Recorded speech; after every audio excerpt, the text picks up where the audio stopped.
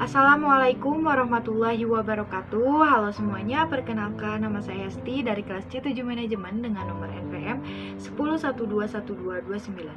Video ini dibuat untuk memenuhi salah satu tugas ulangan tengah semester dari mata kuliah Pendidikan Agama Islam. Selamat menonton. Materi yang pertama yaitu ada Hajatul Insan ila Rasul. Yang dimaksud dengan Hajatul Insan ila Rasul yaitu kebutuhan manusia terhadap Rasul. Pembahasannya, fitrah manusia yaitu mengakui kewujudan Allah Subhanahu wa Ta'ala sebagai pencipta kita, sebagai keinginan kita untuk beribadah, dan kehendak kehidupan kita agar hidup dengan teratur yang berpedoman langsung kepada Al-Quran. Lalu selanjutnya ada syarah. Syarah dibagi menjadi beberapa. Yang pertama yaitu al-insan. Apa yang dimaksud dengan al-insan?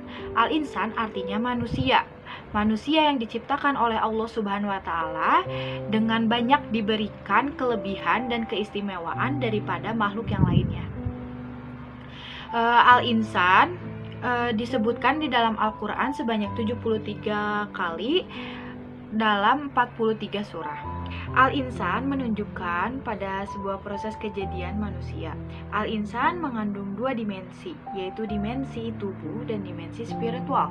Dimensi tubuh yaitu unsur-unsur dalam tubuh, dan dimensi spiritual contohnya seperti ditiupkannya roh kepada jasadnya. Sebagaimana bunyinya dalam ayat Al-Quran dalam surah Al-Qiyamah ayat ke-14 yang bunyinya A'udzubillahi minasyaitonirrajim. Bismillahirrahmanirrahim. Balil insanu ala nafsihi basirah.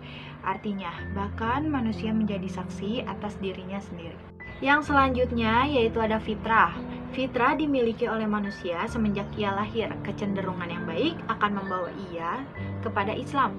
Namun terjadi perubahan fungsi pada peranan fitrah akibat pengaruh lingkungan maupun lingkungan sosial maupun lingkungan keluarga, yaitu ibu dan bapak, membawa ia dari fitrah menuju ke Nasrani, Majusi ataupun Kristiani. Fitrah dibagi menjadi beberapa. Yang pertama ada wujudul khaliq. Kewujudan penciptaan merupakan sesuatu yang tidak dapat diingkari. Semenjak di dalam rahim ibunya menyatakan bahwa alastu birobbikum qalu bala syahidna, yang artinya Allah sebagai Rob diakui oleh manusia, tetapi tidak semuanya mengakui Allah sebagai ilah. Sebagaimana dalilnya yang berbunyi, apabila ditanyakannya kepada orang jahiliyah, siapakah yang mempunyai bumi dan orang-orang di atasnya, dan siapakah yang mempunyai 7 langit, maka jawabannya adalah Allah. Lalu selanjutnya, yang kedua yaitu ibdatul khaliq. Artinya, pengabdian kepada Allah adalah sebagai hasil dan akibat dari pengakuan kita kepada Allah sebagai pencipta. Sebagaimana dalil yang berbunyi, wahai manusia, sembahlah Tuhanmu yang menciptakan kamu dan orang-orang sebelum kamu. Yang ketiga yaitu ada hayatul munadomah. Artinya, petunjuk dari Allah untuk memandu manusia ke arah yang lebih baik. Pengertian kepemimpinan menurut Aunur Rahim dapat dibagi menjadi 2 kategori, yaitu spiritual dan empiris. Dalam pengertian spiritual, kepemimpinan Islam secara mutlak berasal dari Allah. Konsep kepemimpinan dalam Islam berasal dari doktrin tauhid dan dimulai oleh Muhammad sendiri. Sebagaimana dalilnya yang berbunyi, mengikuti panduan Allah menjadi hidup teratur, manakala tidak mengikuti Allah berarti mengikuti hawa nafsu dan menjadi sesat atau tidak teratur hidupnya. Yang ketiga yaitu ada hidayatul rasul. Apa itu hidayatul rasul? Hidayatul rasul adalah jika kita hendak mengikuti perintah Allah, maka kita harus mengikuti perintah Rasul. Jika kita akan mengasihi Allah, maka kita perlu petunjuk dari Rasul. Itu adalah kaidah dari Rabbani. Menurut Mubarakfuri, beliau adalah orang yang paling adil, orang yang bisa menahan diri, dan orang yang paling besar amanatnya. Maka dari itu Allah menunjuknya menjadi pembawa risalah. Hidayatul Rasul dibagi menjadi 2 bagian. Yang pertama yaitu ada makrifatul khaliq. Makrifatul khaliq adalah petunjuk Rasul yang digunakan untuk mengenal Allah, yaitu dengan cara kita memperhatikan dan memikirkan alam sebagai penciptanya. Sebagaimana dalilnya yang berbunyi, Allah menciptakan langit, gunung, hewan, dan sebagainya.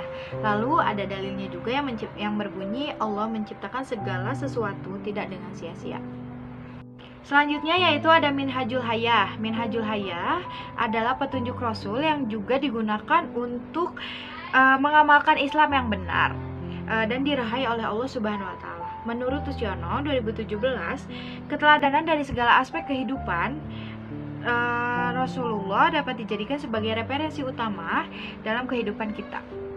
Selanjutnya yaitu ada Ibdatul Shahih. Apa itu Ibdatul Shahih? Ibdatul Shahih adalah ibadah kita menyembah Allah dengan panduan Rasul. Panduan Rasul sebagai penerima wahyu dari Allah harus diikuti dan sebagai keperluan bagi kita untuk menjadikannya sebagai contoh dalam melakukan ibadah. Oke, selanjutnya kita masuk ke materi yang kedua, yaitu Ma'rifatul Rasul, Makanatul Rasul, artinya keberadaan Rasul. Yang pertama yaitu ada Abid bin Abdillah, hamba di antara hamba-hamba Allah. Rasul Shallallahu Alaihi Wasallam adalah hamba dan manusia seperti kita, yang selayaknya makan, minum, berniaga, beristri, dan melakukan segala aktivitas manusia dengan baik. Yang membedakan kita dengan Rasul hanyalah Rasul diberikan wahyu untuk mengilahkan Allah, sedangkan kita tidak. Abid bin Abdillah dibagi lagi menjadi 4 bagian, yaitu yang pertama ada insan, artinya manusia. Yang kedua ada nasab, artinya keturunan. Rasul Shallallahu Alaihi Wasallam adalah kaum Quraisy dengan bapaknya bernama Abdullah dan ibunya bernama Aminah. Yang ketiga ada jismi, artinya fisik. Disebutkan dalam hadis bahwa fisik Rasulullah yaitu rambutnya yang rapi, badannya yang kuat, dan tinggi badannya yang tinggi. Yang keempat yaitu ada sirah nabawiyah, artinya sejarah kenabian. Setelah Abid bin Abdillah, selanjutnya ada as-sunnah, artinya sunnah. Dari segi bahasa, as-sunnah artinya jalan. Jadi, sunnah Rasul adalah sesuatu perbuatan atau amalan yang dilakukan oleh para Rasul yang dapat kita ikuti dan kita jadikan tauladan dalam hidup. Sunnah juga dapat dijadikan sebagai fikih ahkam, artinya fikih hukum. Rasul dijadikan sebagai tempat ketaatan, tempat ketauladanan, dan juga sebagai rujukan hukum.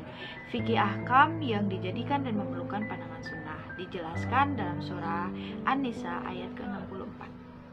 Selanjutnya yaitu yang ketiga ada Rasul minal mursalin, artinya Rasul di antara Rasul-Rasul.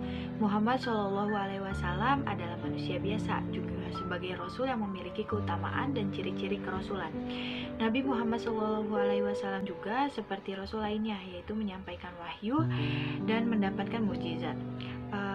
Rasul minal mursalin dibagi menjadi 4 bagian. Yang pertama ada tabligh risalah, yaitu menyampaikan risalah. Yang kedua ada abdu amanah, yaitu menunaikan amanah. Yang ketiga ada imatul umat, yaitu pemimpin umat. Dan yang keempat ada dakwah nabawiyah, yaitu dakwah mengenai kenabian. Selanjutnya kita masuk ke materi yang ketiga, yaitu Ma'rifatul Rasul, sifat-sifat Rasul. Rasulullah Shallallahu Alaihi Wasallam memiliki sifat-sifat kerasulan. Di antaranya yaitu yang pertama ada al-basyariyatul kamilah, artinya manusia seutuhnya, yang memiliki jasad seperti manusia pada umumnya. Rasulullah Shallallahu Alaihi Wasallam diberikan wahyu seperti rasul-rasul pada lainnya, yaitu untuk menyampaikan risalah kepada umatnya. Rasulullah Shallallahu Alaihi Wasallam juga seperti manusia lainnya, yaitu pergi ke pasar, beristirahat, makan, minum, berniaga, beristri, dan lain sebagainya. Selanjutnya yaitu ada al-ismah, artinya terpelihara dari kesalahan dan dosa-dosa. Rasulullah Shallallahu Alaihi Wasallam memiliki sifat basyariyah, maka mungkin saja Rasulullah melakukan kesalahan, maka Allah akan selalu melayuhkannya dari Allah Subhanahu wa taala. Beliau tidak pernah berdosa sedikit pun. Selanjutnya yaitu ada asidku, artinya jujur. Rasulullah Shallallahu Alaihi Wasallam selalu jujur dalam perkataannya dan perbuatannya. Rasulullah selalu jujur atas apa yang telah dibuat. Yang keempat yaitu ada al-fatonah, artinya cerdas. Setiap Rasul harus memiliki kecerdasan karena ia bertugas untuk memimpin umat manusia. Yang kelima yaitu ada amanah, artinya terpercaya. Yang keenam ada at-tabligh, artinya menyampaikan risalah. Dan yang terakhir, yaitu yang ketujuh, adalah al-itizamul kamil, artinya komitmen yang sempurna kepada kebenaran. Beliau tidak pernah bergeser sedikit pun dari kebenaran. Beliau senantiasa berkomitmen kepadanya dari segala sisinya. Salah satu contohnya yaitu beliau tidak pernah bergeming sedikit pun menghadapi tipu daya musyrikin kaum Quraisy yang berusaha menghalang dakwahnya. Sekian video pembahasan tentang Ma'rifatur Rasul. Mohon maaf bila ada kesalahan kata. Wassalamualaikum warahmatullahi wabarakatuh. Bye. See you next time.